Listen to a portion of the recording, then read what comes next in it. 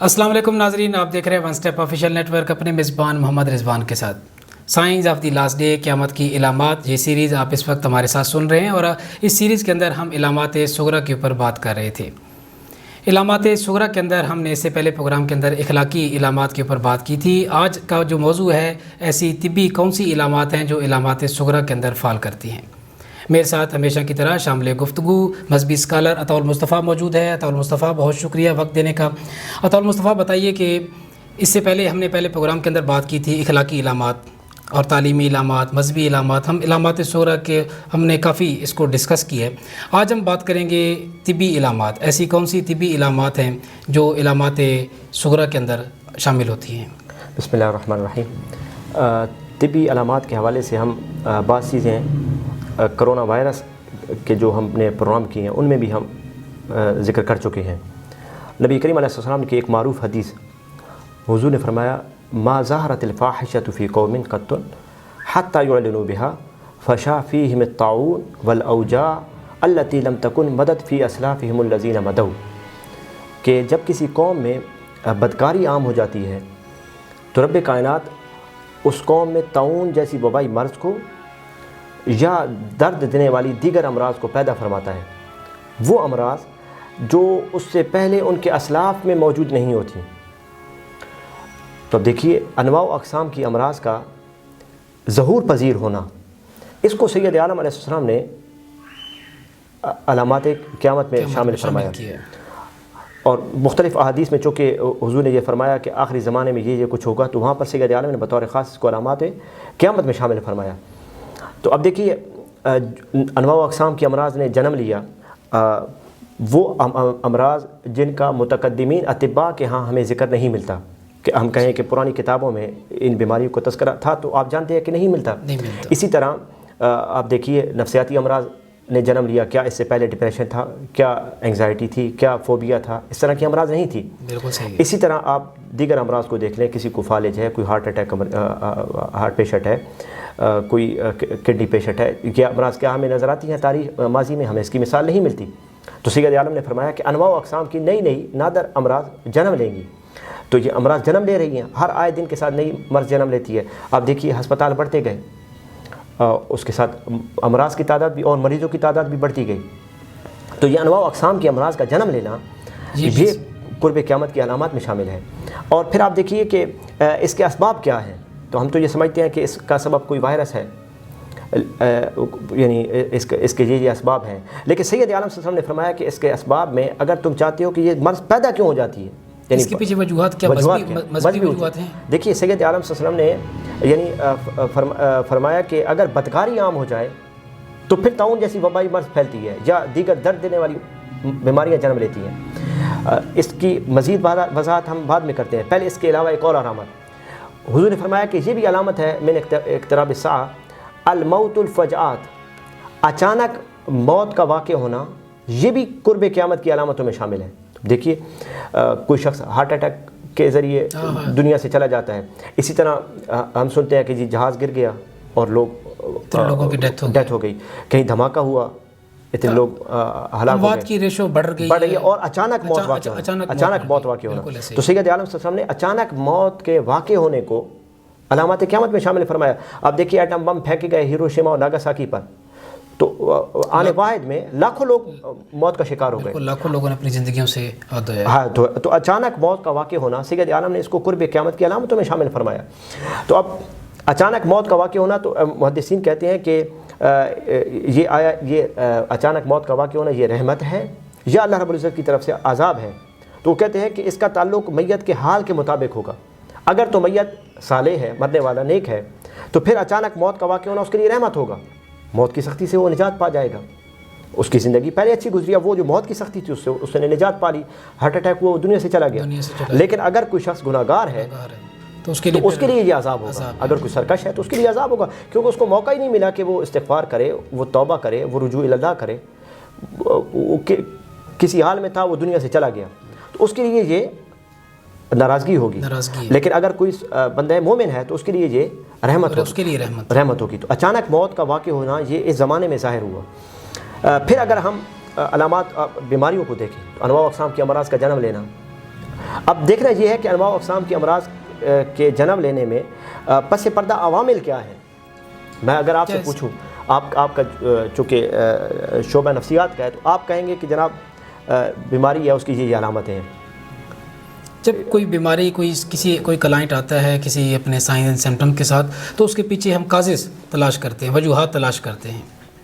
تو ہر بیماری کے پیچھے کچھ نہ کچھ وجوہات ہوتی ہیں. جس طریقے سے نفسیاتی بیماریاں ہیں تو اس کے جو ارد گرد جو اس کا ماحول ہے اس میں آئیڈینٹیفائی کیا جاتا ہے کہ ایسے کون سے وجوہات ہیں، ایسے کون سے کازز ہیں جس کی وجہ سے اس بیماری نے جنم لیا ہے. مذہبی رویے کیا یہ بیماریوں کو جنم دیتے ہیں؟ جو اسباب اطباء بتاتے ہیں، لازمی بات ہے وہ بھی اس کے اسباب میں شامل ہوتے ہیں. یعنی یہ وائرس کی وجہ سے پھیل گئی ہے، یہ ڈپریشن ہے تو اس کے پیچھے یہ وجوہات ہیں. لیکن یہ امراض پیدا کیوں ہوئیں؟ تو علماء یہ کہتے ہیں کہ ان کے پیچھے مذہبی عوامل بھی کار فرما ہیں، روحانی عوامل بھی کار فرما ہیں. اگر ہم ان کا تدارک نہیں کریں گے تو اس طرح کی نئی نئی امراض جنم لیتی رہیں گی. اگر ہم ماضی میں اس کی مثال دیں گے تو حضرت موسیٰ علیہ السلام کی قوم میں بڑی صراحت کے ساتھ رب کائنات نے اس چیز کو بیان فرما دیا کہ کس وجہ سے کائنات میں تبدیلیاں وقوع پذیر ہوتی ہیں. جس طرح ہمارے یہاں کرونا وائرس پھیلا تو اس کے پیچھے مذہبی وجوہات ہوں گی جس کی وجہ سے یہ دنیا میں پھیلا دیا گیا. اب قوم موسیٰ کا اگر ہم تذکرہ جائزہ لیں تو فرعون جس کو رب کائنات نے سلطنت عطا فرمائی، 320 سال تک اس نے زندگی اس طرح گزاری کہ اس کو کبھی درد بھی نہیں ہوا، نہ اس کو کبھی بخار ہوا، کوئی تکلیف نہیں ہوئی. بڑی آسائش کے ساتھ اس نے زندگی بسر کی. 320 سال کی زندگی گزارنے کے بعد اب ان کو طرح طرح کی مصیبتیں ان پر آنا شروع ہوئی. تو اب جب ان پر کوئی مصیبت آتی، کوئی آفت آتی، تو قرآن کریم میں رب کائنات نے فرمایا کہ وہ اس مصیبت اور آفت کو موسیٰ علیہ السلام اور آپ کے پیروکاروں کی طرف پھیر دیتے. اگر کوئی انہیں اچھائی پہنچتی تو وہ کہتی ہماری وجہ سے. فَإِذَا جَاءَتْهُمُ الْحَسَنَةُ قَالُوا لَنَا هَٰذِهِ. جب انہیں کوئی اچھائی پہنچتی تو وہ کہتی ہماری وجہ سے ہے. جس طرح آج ہم کہتے ہیں کہ یہ کوئی اچھا کام ہو گیا تو ہم اپنا کریڈٹ لینا شروع کر دیتے ہیں. اقوام کریڈٹ لینا شروع کر دیتی ہے، ملک اپنا کریڈٹ لینا شروع کر دیتے ہیں. وَإِن تُصِبْهُمْ سَيِّئَةٌ، قرآن کریم نے کہا کہ جب ان کو کوئی برائی پہنچتی ہے، يَطَيَّرُوا بِمُوسَىٰ وَمَن مَّعَهُ، تو اب وہ موسیٰ علیہ السلام اور آپ کے پیروکاروں کو الزام دینا شروع کر دیتے ہیں کہ یہ جب سے یہ مذہبی لوگ ہمارے پاس آئے ہیں ان کی وجہ سے طرح طرح کی مسائل ہم پر آنا شروع ہو جائے. الا انما طائرهم عند اللہ. اپنی ناکامیوں کو بیسیکلی ہم ڈائیورٹ کر رہے ہوتے ہیں، ڈائیورٹ کرتے ہیں اور مذہبی لوگوں کی طرف ان کو منتقل کرنا، مذہب کو نشانہ بنانا. کمزور طبقہ یہی سمجھا جاتا ہے اس زمانے میں. اس زمانے کے اندر کمزور طبقہ یہی ہے جو مذہبی لوگ ہیں. تو پھر اپنی ناکامیوں کو انہیں کو ذمہ ٹھہرا دیا جاتا ہے. تو اس زمانے میں بھی کمزور حضرت موسیٰ علیہ السلام تھے اور آپ کے جیسا کہ یہ بھی پاکستان کے اندر وائرس کی شکل کے اندر ایک وبائی جو مرض اس وقت پاکستان کے اندر ہے، بلکہ پوری دنیا کے اندر پھیلی ہوئی ہے اور بڑی تیزی کے ساتھ یہ وبائی مرض پھیل رہا ہے. تو اس کا پہلے لوگوں نے اس کو ڈائیورٹ کیا، جو تفتان سے آئے ہوئے زائرین تھے، اہل تشیع جو ہمارے برادر ہیں، ان کی طرف ڈائیورٹ کر دیا. پھر اس کے بعد تبلیغی جماعت جو کہ پوری دنیا کے اندر تبلیغ کا سلسلہ کر رہی ہے، انہوں نے اپنے جانیں، اپنی زندگیاں وقف کی ہوتی ہیں تبلیغ کے لیے، ان کے ساتھ ان کو منسوب کرنے کی کوشش کر دی. تو یہ جو رویے ہیں بیسیکلی بجائے اس کے کہ ہم خود اس کو کنٹرول کرتے، لوگوں کے اندر آگاہی پیدا کرتے، اس کو ڈائیورٹ کر دیا گیا. اور یہ شروع سے رویہ رہا. دین بیزار طبقات کا یہ تاریخ بھی یہی بتاتی ہے کہ جب ان کو کوئی بھلائی پہنچتی تھی فرعونیوں کو تو وہ کہتے تھے کہ ہماری وجہ سے ہے. وَإِن تُصِبْهُمْ سَيِّئَةٌ، اگر کوئی برائی پہنچتی تھی تو کہتے يَطَيَّرُوا بِمُوسَىٰ وَمَن مَّعَهُ، تو کہتے یہ موسیٰ جب سے آئے ہیں علیہ السلام اور ان کے پیروکار جب سے آئے ہیں اس وقت سے ہمیں یہ برائیاں پہنچنا شروع ہوئی. الا انما طائرهم عند اللہ. رب کائنات نے موسیٰ علیہ السلام اور آپ کے پیروکاروں کی طرف سے جواب دیا کہ یہ تمہارے اعمال کی وجہ سے ہے، یہ تمہاری شامت اعمال ہے جس وجہ سے یہ تمہیں طرح طرح کی تکلیفیں اور مصیبتیں پہنچ رہی ہیں. پھر رب کائنات نے ان کو پہنچنے والی جو مصیبتیں تھیں، جو عذاب تھے، بڑے عذاب سے پہلے ان کو رب کائنات نے تفصیل کے ساتھ قرآن کریم میں بیان کیا. فارسلنا علیہم الطوفان، ہم نے ان پر طوفان بھیجا، والجراد والقمل، پھر ہم نے ان پر جوؤں کا عذاب بھیجا، پھر ہم نے ان پر مینڈکوں کا عذاب بھیجا، والدفات والدم آیات مفصلات، پھر ہم نے ان پر خون کا عذاب بھیجا. آیات مفصلات، اور یہ جدا جدا الگ الگ نشانیاں تھیں. یعنی ایک پہلے واضح ظاہر ہوتی، پہلے ہم نے سیلاب بھیج کر، پانی بھیج کر اتنا پانی بھیج دیا کہ وہ گردنوں تک پہنچ گیا، فرعونیوں کی گردنوں تک. وہ بیٹھتے تو ہلاک ہو جاتے، تو کھڑے رہتے تو بچ جاتے. اب انہوں نے ایک ہفتہ جب اس طرح گزرا تو موسیٰ علیہ السلام کی بارگاہ میں پہنچ گئے. ادعو لنا ربک اب رب سے ہمارے لیے دعا کیجیے، بمعاہد آئندہ کا لئن کشفت عنا الرجز، کہ رب کائنات ہمیں اس مصیبت سے نجات دے. جب رب کائنات اگر ہمیں نجات دے گا لنؤمنن، تو ہم ایمان لے آئیں گے. حضرت موسیٰ علیہ السلام دعا کے لیے ہاتھ اٹھا دیتے، رب کائنات اس آفت کو دور کر دیتا. اب جب وہ پانی کی آفت دور ہوئی تو رب کائنات نے اس جو طوفان تھا اس کو ان کے لیے راحت بنا دیا. جب انہوں نے توبہ کی، استغفار کیا، تو اسی کو راحت بنا دیا. اس سے ان کی کھیتیاں ہری بھری ہو گئیں. اب انہوں نے پھر کہنا شروع کر دیا کہ یہ تو ہم نے غلطی کی تھی، موسیٰ علیہ السلام کے پاس ہم پہنچ گئے تو ہماری کھیتیوں کی ہریالی کے لیے پانی آیا تھا. اب پھر وہ اکڑ گئے، سرکش ہو گئے. تو رب کائنات نے اب ان پر یعنی ٹڈیوں کا عذاب بھیج دیا جو ان کے کھیتوں کو انہوں نے برباد کرنا شروع کر دیا. تو پھر موسیٰ علیہ السلام کی طرف پہنچ گئے. موسیٰ علیہ السلام نے ادعو لنا ربک، رب کائنات سے ہمارے لیے دعا کیجیے، لئن کشفت عنا الرجز، رب کائنات ہمیں اس آفت سے نجات دے. آپ دعا کرتے، پھر رب کائنات ٹڈیوں کا عذاب ان سے دور کر دیتا. اب پھر وہ باغی ہو گئے تو رب کائنات نے ایک کیڑا پیدا کر دیا جوں کی طرح کا، ان کی بھویں کھا جاتا، ان کے بال کھا جاتا، ان کے جسم پر چڑھ جاتا اور چیچک کی طرح دانے نکل آتے. رات کو ان کو نیند نہ آتی. پھر موسیٰ علیہ السلام کی طرف بھاگنا شروع کر دیا. آپ نے پھر دعا کی، رب کائنات نے ان کو نجات دے دی، وہ دفع دیا. پھر مینڈکوں کا عذاب آ گیا. مینڈک پانی بھرتے تو مینڈک، چشمے پر جاتے تو مینڈک، کنویں پر جاتے تو مینڈک، ہر طرف ان کے منہ اگر کھولتے تو مفسرین کہتے ہیں کہ منہ میں مینڈک داخل ہو جاتے.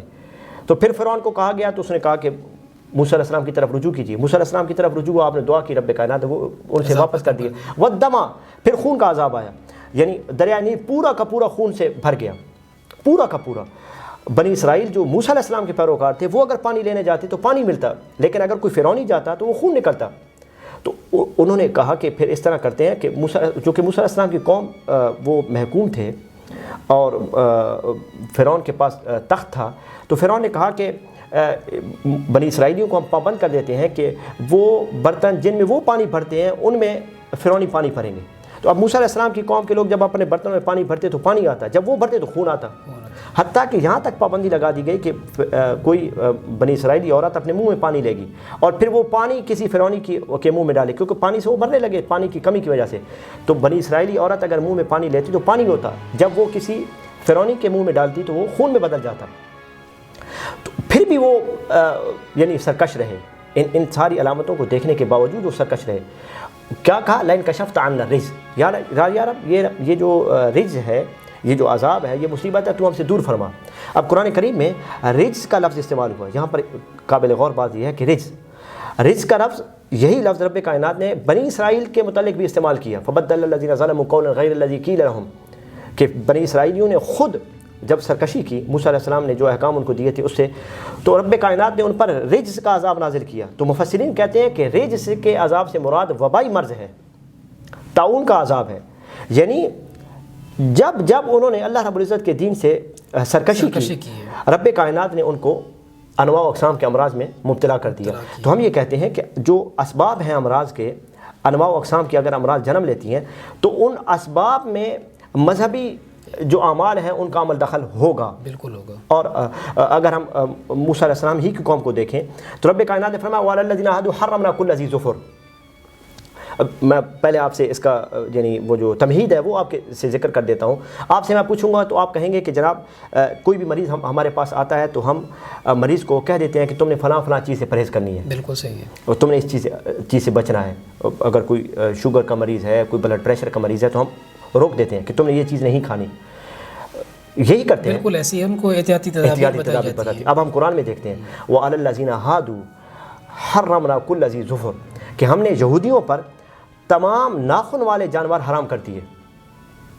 یہودیوں پر ناخن والے تمام جانور حرام کر دیے. اب ناخن والے جانوروں کی بنیادی طور پر دو اقسام ہوتی ہیں. بعض لوگ کہتے ہیں جن کی انگلیاں آپس میں ملی ہوتی ہیں اور بعض کی جدا ہوتی ہیں. مثلا اونٹ کو دیکھیں آپ، گائے کو دیکھیں آپ، کتے کو دیکھیں، بلیوں کو دیکھیں، بطخ کو دیکھیں، ان کے ناخن ہوتے ہیں اور بعضوں کی انگلیاں ملی ہوتی ہیں اور بعض کی جدا ہوتی ہیں. تو بعض رب کائنات نے ان پر حلال کیے تھے یہودیوں پر اور بعض حرام کیے تھے. لیکن اللہ رب العزت نے فرمایا کہ حرمنا کل ذی ظفر.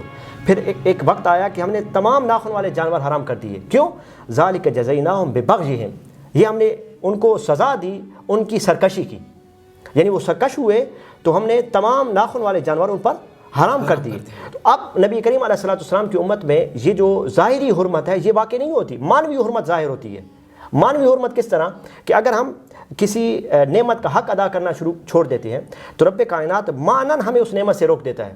آپ کہیں گے کہ جناب آپ کو بلڈ پریشر ہے آپ نمک نہ کھائیں، آپ کو شوگر ہے آپ میٹھی چیز نہ کھائیں. نہیں، آپ کے پاس وسائل بھی ہوتے ہیں، آپ کے پاس پیسے کی بھی فراوانی ہوتی ہے، لیکن ایسی بیماری کے اندر مبتلا ہوتے ہیں جس کی وجہ سے آپ پھر اللہ تعالیٰ وہ حلال چیزیں کھانے سے آپ کو روک دیا جاتا ہے، حلال چیزیں کھانے سے آپ کو روک دیا جاتا ہے. تو ایک ڈاکٹر کے کہنے کے اوپر تو ہم حلال چیزیں کھانے سے رک جاتے ہیں، کیونکہ ہم نے خدا کے حکم کی سرکشی کی ہوتی ہے اور اس کی وجہ سے وہ عذاب کی شکل میں وہ بیماری ہمارے ساتھ منسلک ہوتی ہے. اگر یہی ہمارا رویہ اللہ تعالیٰ کی ذات کے ساتھ صحیح ہے، اگر ہم مجموعی اعمال کا رویہ درست کر لیں، مجموعی اعمال کا رویہ اچھا ہو جائے تو پھر یہ بیماری ہمارے قریب نہیں آئیں گی. اسی طرح ہے. بالکل صحیح. بہت شکریہ طول مصطفیٰ آپ کی گفتگو کا. جی ناظرین، آپ سن رہے تھے قیامت کی علامات، اور آج ہم بات کر رہے تھے علامات صغریٰ میں طبی علامات کے اوپر. ناظرین، اگر آپ ہمارے چینل پر نئے ہیں تو اس کو ضرور سبسکرائب کریں اور بیل آئکن پر ضرور کلک کریں تاکہ ہر نئی آنے والی ویڈیو آپ کے ساتھ شیئر ہوتی جائے. اپنے میزبان محمد رضوان اور one step official network کی پوری ٹیم کو دیجیے اجازت. اللہ نگہبان.